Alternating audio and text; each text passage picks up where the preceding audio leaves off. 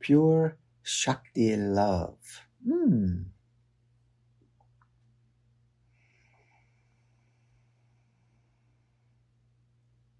Om Namah Shivaya.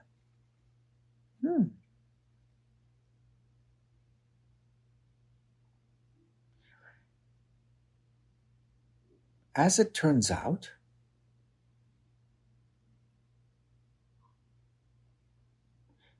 the mantra Om Namah Shivaya is an invitation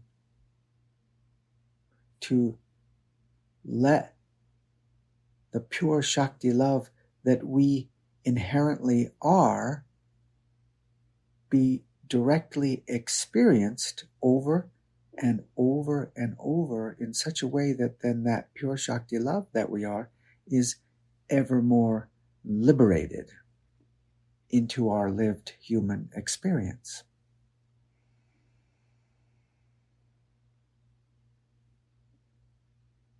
Pure Shakti love, liberated.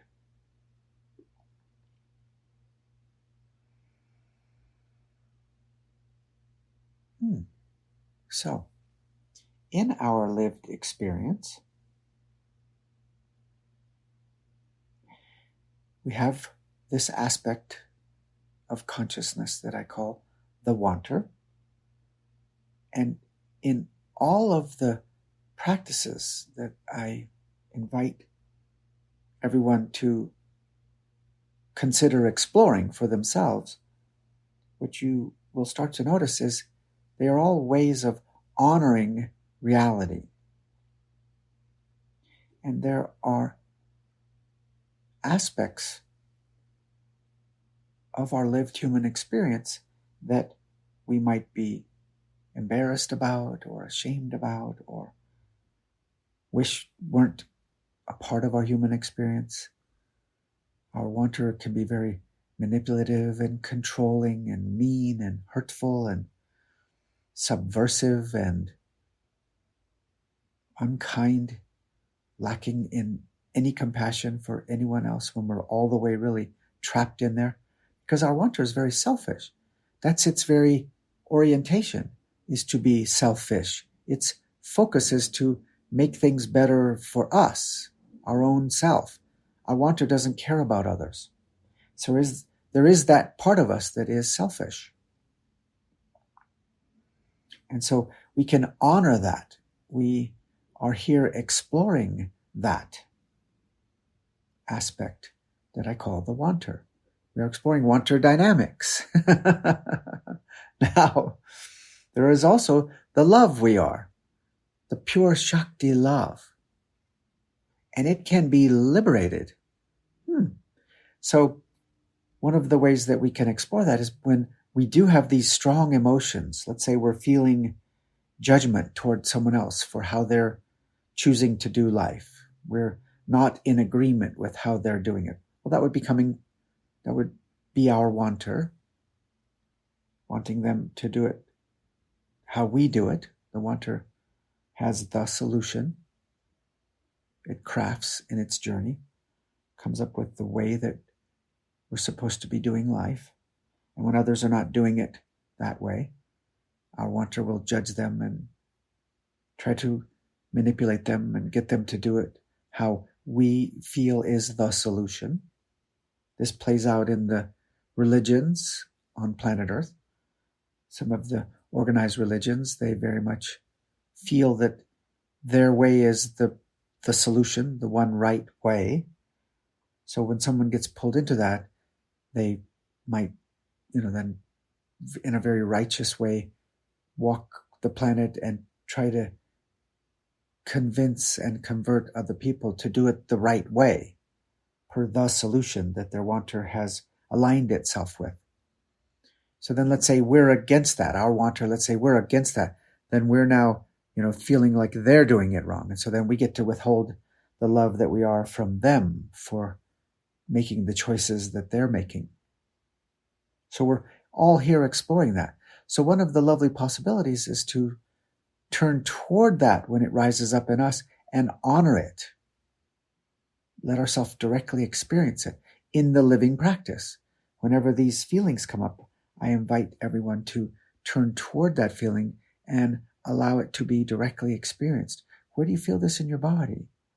Let's be available to this. We're not going to try to solve it or figure it out or be against it in any way or vilify it or feel ashamed that it's occurring.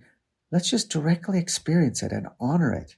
And as we're experiencing that, then there can be this realization that this is also the absolute source essence expressing itself in this contracted energy bundle within us.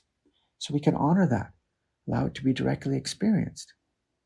Now notice, when we're doing this, this relates to that wisdom that was embroidered on the pillow that I have referred to before. Wisdom of the pillow. Love me when I deserve it the least, because that's when I need it the most. Look how they're related. In the living practice, we're also living the wisdom of the pillow into our life. We're honoring our wanter. Our wanter is being selfish or mean or judgmental toward others. Let's honor that. Let's let wisdom of the pillow occur. Well, that's what living practice does. Living practice is a way of living the wisdom of the pillow into our life, honoring those contractions that happen within us. Love me when I deserve it the least, because that's when I need it the most. Whenever we're having those less than lovely feelings, we're disconnected from our heart, from the love that we are. And so in the living practice, we are letting the wisdom of the pillow happen there. We honor that feeling. We allow it to be directly experienced. We're not against it. We just allow it and honor it. And we're also the awareness of it. There's an essence that we are that just naturally is available and honors whatever we're experiencing. That's our true nature. And when we're disconnected from that, it hurts. So we can then let wisdom of the pillow flow right into our living practice. That's what's been inherent in that practice all along, that I'm now illuminating in a more full way. So we start to see that the practices are ways of living the wisdom of the pillow into the world. The living practice is one of those ways. Let's be available to the loving blessing practice. What do we do in the loving blessing practice? We let either an animal or a person that we can feel unconditional love toward come into our awareness, and we let the love that we are be shared to them, emanated to them. We get to directly experience this pure Shakti love that we are and let it be liberated. In the loving blessing practice, we're liberating the pure Shakti love that we are. We're letting it be shared. Now, let's say someone comes into our awareness that did some terrible thing to us. Our wanter feels justified in withholding the love from them because of what they did. Our wanter has a grievance list that it feels justifies the withholding of the love from them. When that happens in our loving blessing practice, we honor that. We don't try to force it. We just bring our attention back to either an animal or a person that we can feel love, and we let the love be shared to them over and over and over. We're honoring that we can't send them love. We're not trying to force it. We're not vilifying ourselves because we can't send them the love for whatever it was that they did to us. We honor that. And that's just our wanter trying to protect us, keep us safe. So we honor that. We rest back into either a person or an animal that we can feel the fullness of the love, the pure Shakti love, and we let that love be shared. And what happens if you stay with this practice day after day after day, it starts to build a momentum. The love that we are, the pure Shakti love, gets more liberated and more liberated and more liberated. Each time you let it be shared to someone that you can share the love with, that love is building, it's expanding within your lived experience. Then there comes a day in your loving blessing practice where that person that previously you never could send the love to them, all of a sudden you notice You're way more interested in letting the love that you are, this pure Shakti love, be shared than you are in holding on to that grudge. Little by little in the loving blessing practice, those grievances that our wanter holds on to that are the justifications for withholding the love from them, they just become less interesting as you expand in that love. That pure Shakti love you are is ever more liberated in the loving blessing practice. And what's going on there? The wisdom of the pillow. Love me when I deserve it the least, because that's when I need it the most. See, that's what's also going on for them. Whatever they did to us that was less than lovely, it was because they were disconnected from the love that they are, the pure Shakti love. That's why they did whatever less than lovely thing they did to us. So we can now let the wisdom of the pillow be shared to them in our loving blessing practice. The loving blessing practice is another way where the wisdom of the pillow can be lived into the world. Love me when I deserve it the least, because that's when I need it the most. All of this goes together. It's this beautiful weave, this tapestry of energetic practices that I invite you to experience for yourself. Don't automatically believe what I'm saying here. Please enter into these practices in your own way. And the more that you're in these practices, which that is what it takes. It takes regular practice. But the more that you're in these practices, you will then get to experience for yourself the wisdom of these practices. And in the natural unfolding of this availability to the practices in this way, there will be less suffering. There will be more joy, more ease, less